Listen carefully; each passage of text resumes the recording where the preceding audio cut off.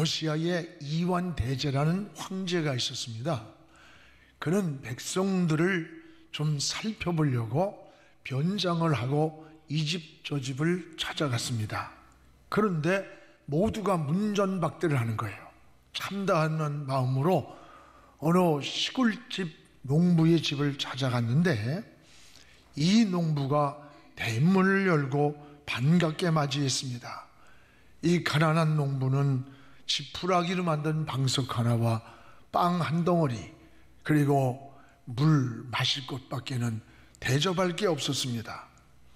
문전박대를 당한 황제는 마음씨 착한 이 농부의 그 대접을 받으며 그 집에서 하룻밤을 지나고 아침에 떠났습니다.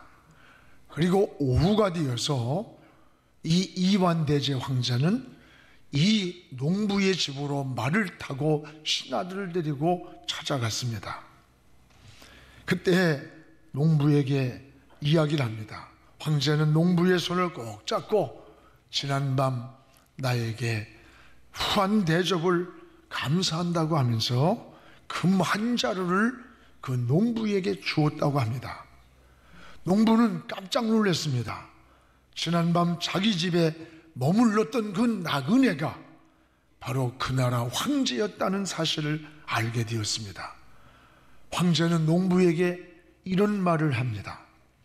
어젯밤 그대는 나를 거린으로 알고 영접했지만 나는 오늘 황제의 자격으로 자네에게 상을 내리려고 왔네. 그러면서 내 소원이 무엇이냐? 너의 평생을 내가 책임져 주겠다라고 약속을 했다고 합니다. 그렇습니다. 이 농부는 아무 보상을 기대하지 않았습니다. 그저 나그네를 정성껏 영접했을 뿐입니다. 그런데 그 나그네가 바로 그날의 이완 황제였다는 겁니다. 오늘 말씀은 하나님이 두 천사와 함께 오늘 사람으로 나타나셔서 아브라함의 가족을 방문하는 사건입니다. 하나님을 만나는 길이 우리에게 두 가지가 있습니다. 우리가 먼저 하나님을 찾아가는 것 아닙니다. 하나님이 먼저 우리를 찾아오십니다. 그리고 우리는 찾아오신 하나님을 믿음으로 영접하는 것, 이것이 하나님과 만남의 관계가 되는 거예요. 하나님께서 아브라함의 장막을 찾아가셨습니다. 사람의 모습으로 찾아갔는데 아브라함이 마치 주를 영접하듯 아주 극진하게 모시는 내용입니다. 이것이 부지 중에 하나님과 천사를 영접한 겁니다. 오늘 하나님이 아브라함의 장막을 떠날 때에 네가 이맘때는 내 가정에 자녀가 있으리라. 그러나 당시에 사라는 경수가 끝났고 늙었어요. 아이를 낳을 수 있는 조건이 하나도 없음에도 불구하고 자식을 낳으리라고 축복을 했어요. 그리고 18절에는 아브라함을 향해 천하 만민이 너로 인해서 복을 받을 것이라고 복을 빌어줬습니다. 저는 오늘 이제 이번 주부터 우리 대신방이 시작됩니다. 우리 부목사님들이 여러분의 가정을 방문하면서 제가 성경 구절을 한 100개 정도를 이렇게 뽑아줬어요. 그 말씀을, 준비된 말씀을 가지고 여러분의 가정을 방문할 것입니다. 대신방은 한 해를 향한 기도의 제목, 또 하나는 말씀을 통해 우린 신앙의 방향을 정하는 겁니다. 특별히 대신방을 통해 우리의 영혼과 가정이 치유되고 또 삶이 강건해지며 신앙이 더욱 성숙하게 변하는 기회가 이게 대신방이에요. 가정마다 믿음으로 말씀을 받아서 한 해 동안 여러분의 기도의 제목을 삼고 또 은혜와 축복을 나누기를 주의 이름으로 축원합니다. 어느 분이 그래요. 목사님, 우리 대신방을 너무 기대합니다. 1년에 우리 가정에 주실 말씀이 무엇인가를 사모합니다, 설레입니다 라는 고백을 해요. 여러분, 그런 마음을 가지고 기다리고 설레일 때 그게 은혜입니다. 데살로니가전서 2장 13절에 보면 이런 말씀이 있어요. 우리가 하나님께 끊임없이 감사함은 너희가 우리에게 들은 바 하나님의 말씀을 받을 때 말씀을 받을 때 사람의 말로 받지 아니하고 하나님의 말씀으로 받으니 진실로 그러하도다. 이 말씀이 또한 너희 믿는 자 속에서 역사하느니라. 바울이 데살로니가 교회의 말씀을 전하는데 데살로니가 교인들이 인간의 생각으로 듣지 않고 하나님 말씀을 선물 받듯이 받았다는 거예요. 믿음으로 받으니까 그 속에서, 믿는 자 속에서 역사하는 능력이 나왔다는 거예요. 이번 대신방에 여러분의 가정이 그런 신앙으로 바꿔지기를 주의 이름으로 축복합니다. 성경에 신방의 기원이 있습니다. 신방의 기원은 하나님이 인간을 찾아오시는 데서 시작됩니다. 아담이 죄짓고 타락을 했을 때 에덴 동산에 숨었습니다. 숨어있는 아담을 버리지 않고 아담아 어디 있느냐고 하나님이 찾아오셨습니다. 또 하나는 베드로의 장모가 병들었을 때에 주님이 집에 찾아가서 그 질병을 치료해 주셨어요. 삭개오가 뽕나무 위에 올라가서 주님을 기다리고 있을 때 주님이 삭개오를 부릅니다. 삭개오야 내려와라. 내가 너희 집에 머물겠다는 거예요. 여러분, 그렇습니다. 하나님을 만나는 길이 우리가 먼저 가는 것 같지만 아니에요. 하나님이 먼저 우리를 찾아오시는 거예요. 그리고 우리는 믿음으로 그 하나님을 영접하는 겁니다. 오늘 이런 믿음의 신앙의 관계가 잘 이루어지기를 주의 이름으로 축원합니다. 오늘 말씀은 하나님이 두 천사와 함께 사람으로 나타나셔서 아브라함의 장막에 찾아오는 내용이 담겨 있어요. 무엇보다 부지 중에 아브라함은 이 나그네를 영접했습니다. 이 나그네를 영접했는데 그 나그네가 바로 두 천사와 하나님이었습니다. 나그네인 줄 알았는데 하나님과 천사들이었어요. 우리 2절을 함께 읽겠습니다. 눈을 들어 본즉 사람 셋이 맞은편에 서 있는지라. 그가 그들을 보자 곧 장막문에서 달려나가 영접하며 몸을 땅에 굽혀. 눈을 들어 보니까 세 사람이에요. 이 세 사람의 두 천사와 사람으로 가장된 바로 나타난 하나님이었습니다. 그런데 이걸 영접하는 거야, 나그네를. 이거는 평소에도 아브라함이 나그네를 잘 대접한 증거입니다. 여러분, 마태복음 25장에 보면 우리 주님이 이 땅에 재림할 때에 양과 염소를 구별하듯 한다 그랬어요. 그리고 양은 우편에 세우고 염소는 좌편에 있으리라. 그러면서 우편에 있는 양들을 향해 복받을 자리라고 칭찬합니다. 마태복음 25장 35에서 36절에 보면 이런 말씀합니다. 내가 줄일 때 너희는 나에게 먹을 걸 줬다. 내가 굶주릴 때 너희는 날 마시게 했고, 나그네 되었을 때 나를 영접했고, 내가 벗었을 때 입을 것을 줬고, 병들었을 때 나를 돌봐주었다. 옥에 갇혔을 때 와서 나를 보았느니라. 깜짝 놀란 오른쪽에 있는 양들이 하는 말이, 주님, 언제 우리가 주님을 그렇게 봉양했습니까? 우리는 그렇게 안 했습니다. 그러니까 40절에 내 형제 중에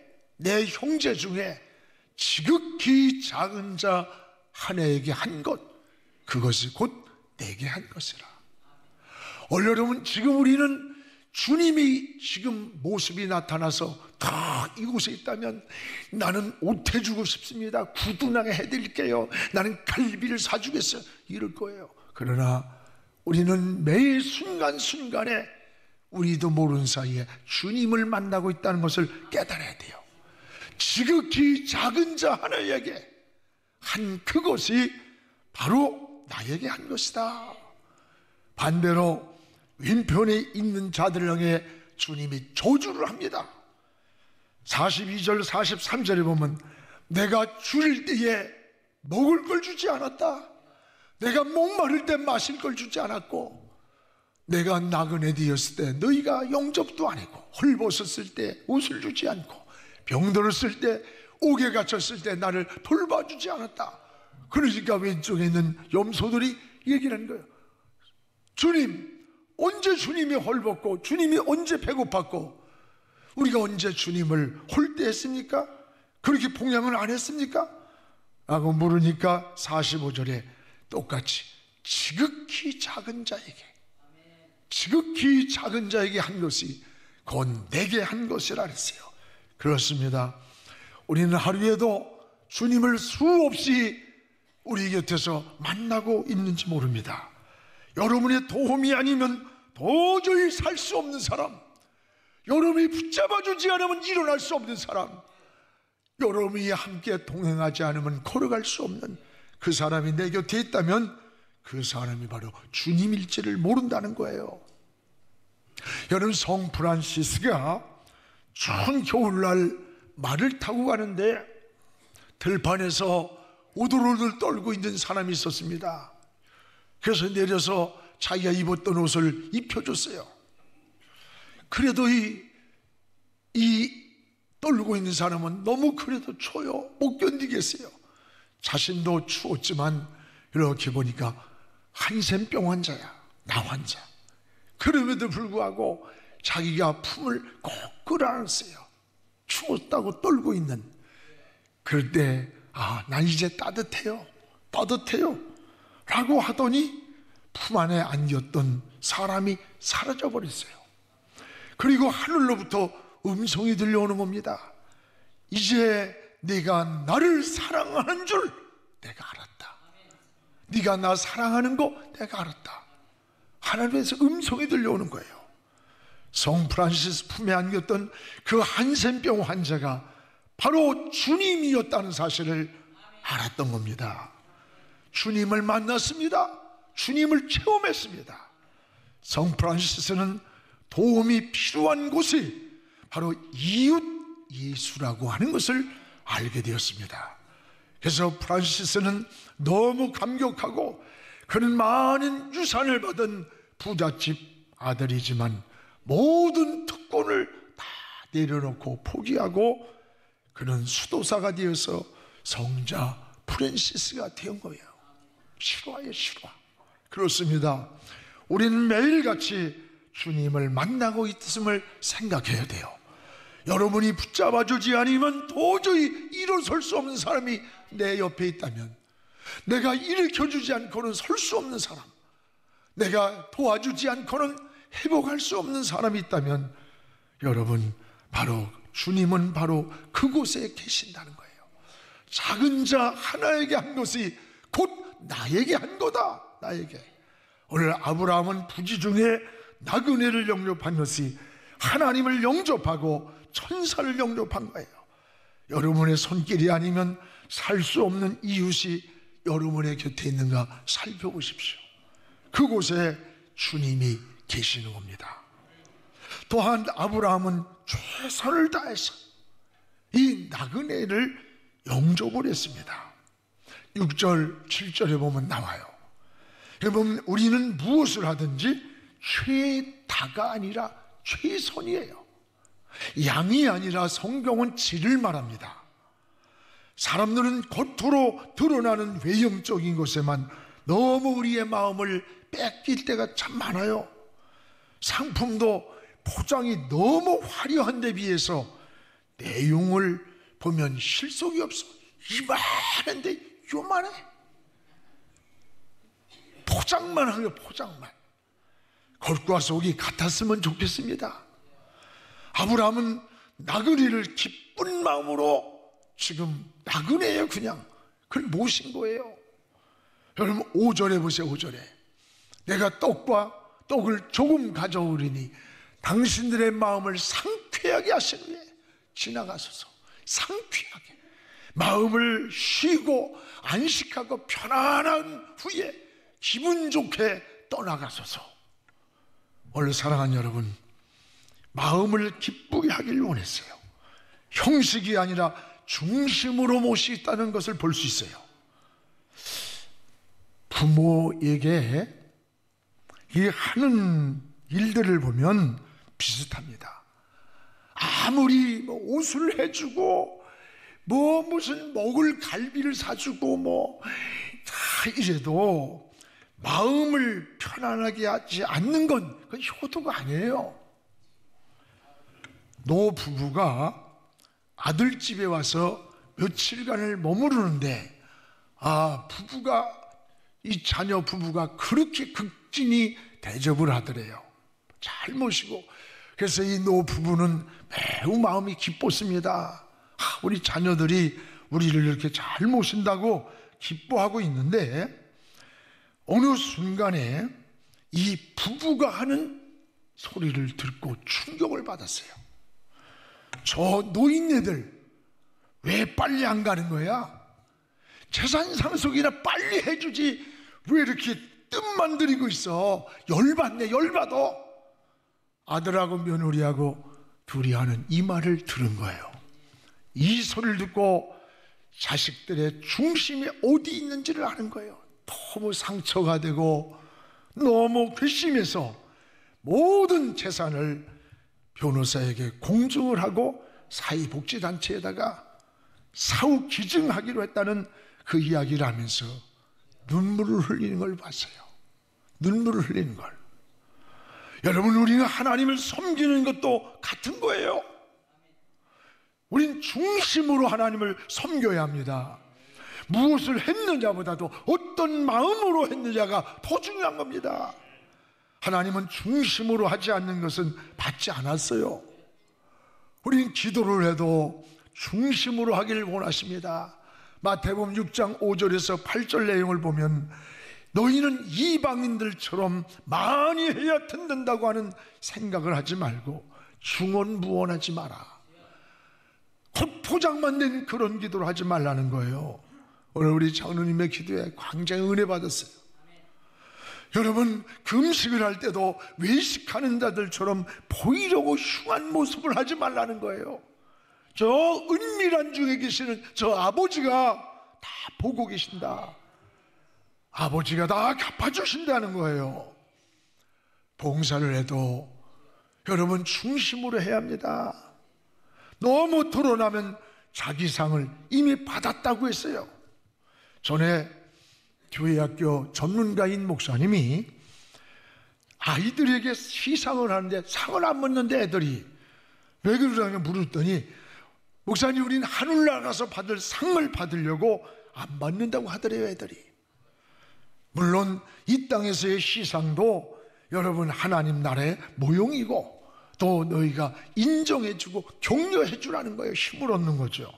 그러나 이 순수한 어린아이들과 같은 이 마음이 얼마나 중요한 거예요. 여러분, 누가 알든지 말든지 주님 앞에 충성되이 사는 거, 믿음으로 사는 거, 하나님을 따라 사는 거, 이게 우리의 신앙인 줄 믿습니다. 우리는 예배를 드려도 중심으로 드려야 됩니다. 하나님은 가인은 하나님이 받지 않는 제사를 드렸어요. 왜 그랬습니까? 자기 멋대로, 자기 생각대로, 자기 기분대로 드려버린 거예요. 하나님이 어떻게 생각할까를 생각하지 않았어요. 여러분, 이사야 1장 11절에서 12절에 보면 이런 말씀이 나와요. 너희의 무수한 재물이 나에게 무슨 유익이 있느냐? 너희가 내 앞에 보이려고 나오니 너희는 내 마당만 밟을 뿐이라. 너희가 내 앞에 보이러 오니 보이러 형식이라 이거예요. 그것을 누가 너희에게 요구했느냐? 내 성전만 밟고 있을 뿐이다. 하나님이 받지 않는 예배를 드렸다는 거예요. 여러분, 말라기를 읽어보면 그 시대가 얼마나 타락했는가를 알게 돼요. 예배를 안 드린 게 아니에요. 제사를 드렸지만 하나님이 받지 않는 형식적 제사를 드리는 거예요. 제물을 하나님께 드리겠다고 가져왔어요. 근데 그 제물이 다리가 비틀어진 거, 눈 먼 거, 병든 걸 가지고 와서 하나님 앞에 드린다는 거예요. 그때 하나님은 말라기 선지자에게 말씀합니다. 저들이 가져온 제물을 저들이 섬기는 총독에게 갖다 주어라.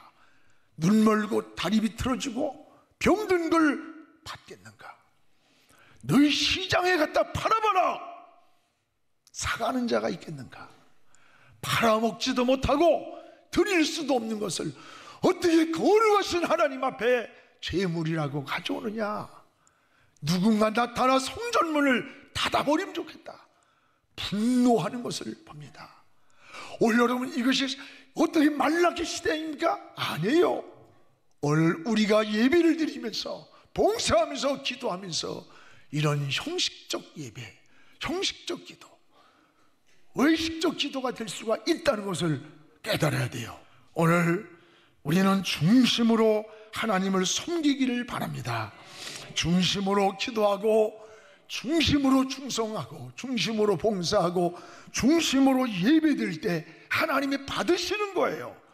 아브라함의 부가 나그네를 영접하는데 얼마나 중심으로 영접하는가를 볼 수 있어요. 5절에 보면 마음을 상쾌하게 편하게 해주려고 노력을 하고, 7절에 보면 기름지고 좋은 송아지를 취해서, 기름지고 좋은 송아지를 취해서 요리를 하는 걸 봅니다. 지금 극진히 모시는 이 나그네가 아브라함도 몰랐던 바로 하나님이었어요. 천사들이었어요. 이것이 어찌 아브라함의 사건입니까? 아닙니다. 오늘 저와 여러분에게도, 오늘 우리에게도 그대로 적용되고 있음을 알아야 됩니다. 지금 여러분들도 모르는 사이에 우리는 주님을 만나서 기쁘게 할 수도 있지만 주님을 슬프게 할 수도 있음을 기억해야 돼요. 오늘도 여러분의 주변에서 부지 중에 우리도 모르는 사이에 주님을 만나고 있는가를 살펴보시기를 축복합니다. 여러분의 손길이 아니면, 여러분이 일으켜주지 않으면, 잡아주지 않으면 설 수 없는 곳이 있다면 그곳에 주님이 계시다는 거예요. 아브라함이 이렇게 부지 중에 나그네를 영접한 것이 하나님을 영접한 것이었고, 그 영접한 결과의 은혜와 축복을 보세요. 10절에 보니까 기쁜 소식을 떠나면서 전해주는 겁니다.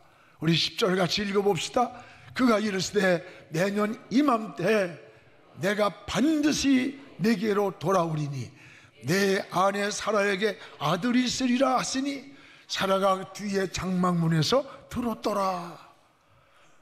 여러분, 나그네로 변장한 하나님은 중심으로 영접하는 사례를 축복했어요. 기한이 이를 때에 반드시 너에게 아이를 주겠다고 약속을 합니다. 부지 중에 나그네를 영접한 것이 믿음의 가문을 이루는 이삭을 선물로 받은 거예요. 엄청난 은혜와 축복을 누리는 겁니다.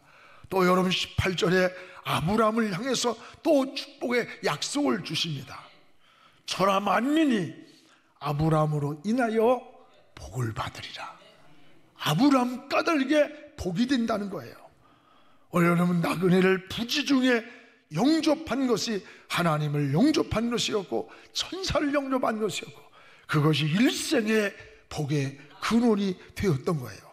우리도 이웃에게 베푸는 사랑이 우리도 모르는 사이 주님께 하고 있는 것이라는 것을 깨닫기를 바랍니다.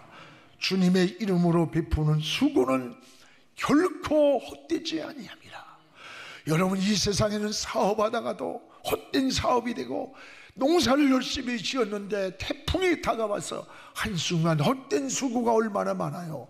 그러나 주의 이름으로 주 앞에 한 수고는 결코 너희에게 헛되지 않은 줄 내가 알미라. 사랑하는 우리 성도 여러분, 이번 대신망도 주님을 영접하는 설레이는 마음으로 준비하시기를 바랍니다. 아브라함의 장막에 찾아오신 하나님께서 이번 대신방을 통해서 여러분의 가정에 찾아오시는 축복의 시간들이 되어지기를 바랍니다. 가정마다 전하는 말씀을 믿음으로, 오직 믿음으로 그 말씀을 받을 때 믿음의 역사가 여러분 가정마다 이루어질 줄로 믿습니다. 기도하겠습니다. 거룩하신 우리 하나님 아버지, 감사합니다. 하나님, 오늘 부지 중에 나그네를 대접했지만 그것이 천사들이었고 사람으로 나타난 하나님이었습니다. 오늘 하나님, 우리 곁에 우리가 붙잡아주지 않고는, 우리가 돌봐주지 않고는 설 수 없고 일어설 수 없고 살 수 없는 이들이 있다면 그 작은 자 하나에게 한 것이 곧 내게 한 것이라고 했사오니 거기에 주님의 그곳에 계심을 깨닫게 하여 주옵소서. 우리가 하나님을 잘 섬기며 우리의 이웃을 살피면서 예수님의 사랑을, 예수님의 복음을, 또 그들을 붙잡아주는 그런 삶을 우리가 살게 하여 주시옵소서. 올해 생명을 흘려보내자고 했습니다. 은혜를 흘려보내고 생명을 흘려보내고 사랑을 흘려보내고, 하나님, 이런 은혜의 교회로 우리 교회가 더 성숙하게 나아가게 하여 주시옵소서. 예수님의 이름으로 기도합니다. 아멘.